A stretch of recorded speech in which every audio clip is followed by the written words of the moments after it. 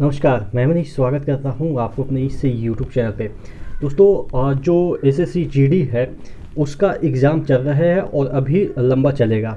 तो इस दरमियान देखेंगे कि शुरुआत से अभी तक का जितने भी पेपर आए हैं और भविष्य में किस तरीके के पेपर आएंगे उसी का एनालिसिस अपन करने वाले हैं। यानी कि अभी जिस तरह के पेपर आ रहे हैं क्या उसी तरह के पेपर इन फ्यूचर देखने को मिलेगा, यानी कि जो अभी आने वाले एग्ज़ाम जिन बच्चों का अभी होगा एग्ज़ाम, क्योंकि मैं ऑब्जर्व कर रहा हूँ, उसको क्लोजली ऑब्जर्व कर रहा हूँ। जिस तरह से टेलीग्राम पे आपके रिस्पॉन्सेज आ रहे हैं, टेलीग्राम पे आपके क्वेश्चन आ रहे हैं कि इस तरह के क्वेश्चन पूछे जा रहे हैं, तो किस तरह के आपके स्ट्रेटजी होनी चाहिए इन फ्यूचर, यानी कि 2-4 दिन के बाद हो या आपके 10 दिन के बाद अगर आपका एग्ज़ाम होता है तो आपको किस तरीके से आपको पढ़ के जाना है, वही सब चीज़ें यहाँ पे अपन डिस्कस करेंगे। मैं आपको बताने जा रहा हूँ एक न्यू ऐप के बारे में जो स्टूडेंट्स के बीच काफ़ी पॉपुलर होते जा रही है। चाहे कोई क्वेश्चन हो या कोई डाउट हो, कोई कंसेप्ट ना समझ में आए, बोर्ड्स हो या जेई नीट हो, पढ़ाई में कोई दिक्कत आ रही है, उसका सॉल्यूशन है फिलो ऐप।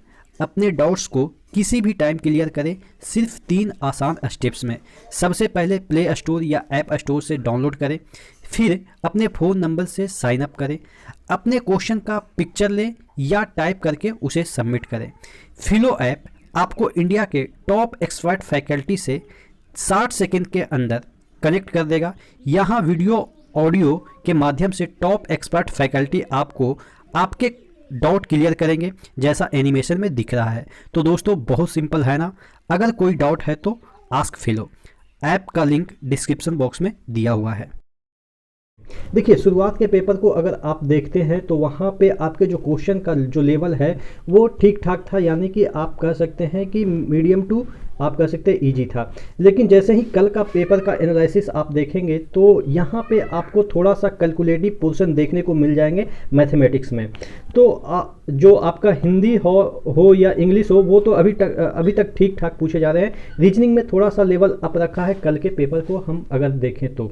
मैथ्स का पेपर हाँ मैं मान सकता हूँ कि थोड़ा सा डिफ़िकल्ट हो गया। प्रीवियस जो कुछ पेपर हुए यानी कि 2-3 दिन पहले हुए उससे थोड़ा सा टफ कल का पेपर आया था। अब यही क्या ट्रेंड देखने को मिल सकता है, क्या इन फ्यूचर और भी जो जीके वाला सेक्शन है उसमें भी टफनेस देखने को मिल सकता है क्या। तो देखिए, हर एक एग्ज़ाम में आप रेलवे का एग्ज़ाम हो या कोई भी एग्ज़ाम हो, आप देखेंगे कि जितना शिफ्ट ज़्यादा होता है टफनेस लेवल लास्ट तक जाते जाते और भी हो जाता है। तो यहाँ पे आपको घबराना नहीं है। क्यों नहीं घबराना है? क्योंकि जो डिफ़िकल्ट सेक्शन आप कह सकते हैं, डिफ़िकल्ट जो पेपर आएंगे उसका जो नॉर्मलाइजेशन है वो काफ़ी तगड़े से होता है। और शुरुआत के जो पेपर हो सकते हैं कि उसमें अगर ईजी पेपर आए हैं तो नॉर्मलाइजेशन थोड़ा सा कम देखने को मिल सकता है।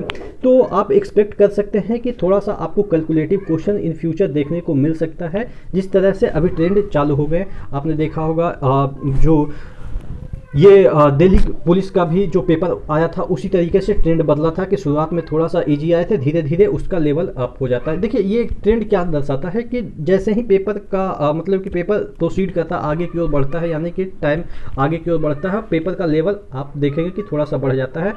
हाँ, वो अलग बात है कि एकदम से डिफ़िकल्ट नहीं आएगा, लेकिन जो पहले वाला जो पेपर है उससे थोड़ा सा डिफ़िकल्ट आ जाता है। तो आपको अपने माइंड को प्रिपेयर करना है कि कहाँ पे हमारा पेपर अभी कैलकुलेटिव आ रहा है। जैसे कि अगर मैथमेटिक्स में आपके पेपर कैलकुलेटिव आ रहे हैं तो आप जहाँ पे आपको लगे कि मैथमेटिक्स थोड़ा टफ आ रहा है तो आप उससे शुरुआत ना करके कि जो इजी पोर्शन है उससे शुरुआत कीजिए, जिससे कि क्या होगा कि आपका कॉन्फिडेंस बना रहेगा।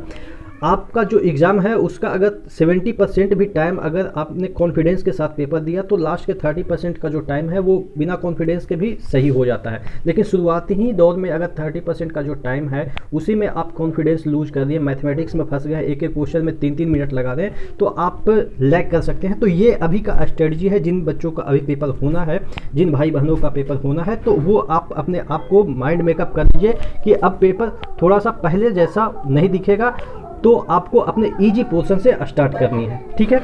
और अगर आप एनालिसिस देना चाहते हैं तो मेरे टेलीग्राम में जुड़ जाइएगा। टेलीग्राम का लिंक भी मैं दे दूंगा, और study with ER Manish search करेंगे टेलीग्राम पे तो वहाँ पे भी आप जुड़ सकते हैं। और उसका जो डिस्कशन पार्ट है, एसएससी बैंकिंग रेलवे का जो डिस्कशन पार्ट है, उसमें आप अपना क्वेश्चन दे सकते हैं। और अगर जूम मीटिंग में आके आप एनालिसिस कर सकते हैं, यानी कि मुझसे चर्चा कर सकते हैं कि कैसा आपका पेपर आया, UPSI का हो या डिफरेंट एग्जाम का हो, आप मुझसे जूम मीटिंग में भी चर्चा कर सकते हैं। और आपके जो चर्चा वाला जो पोर्शन होगा वो मैं जो ये वीडियो जो बनेगा उसको मैं यहाँ पे डाल दूंगा, तो लोगों को भी फ़ायदा हो जाएगा। ठीक है, तो आप अगर मुझसे जूम मीटिंग पे चर्चा करना चाहते हैं तो आपको मैं लिंक दे दूंगा टेलीग्राम पे जुड़ जाएगा। स्टडी विथ ER मनीष है मेरा मेन टेलीग्राम चैनल, उसी पे बहुत सारे ऐसे मैं पोस्ट डालता रहता हूँ जिसके थ्रू आप डिस्कशन वाला सेक्शन पे भी चले जाएंगे और डिस्कशन वाला पे आप कमेंट कर सकते हैं। ठीक है, तो आशा करते हैं इन फ्यूचर जितने भी आप एस्पिरेंट हैं SSC GD के लिए उनका बेहतर होगा, बेहतर स्कोर कीजिए और स्ट्रेटजी के साथ जाइए। क्योंकि अगर अभी स्ट्रेटजी नहीं बनाए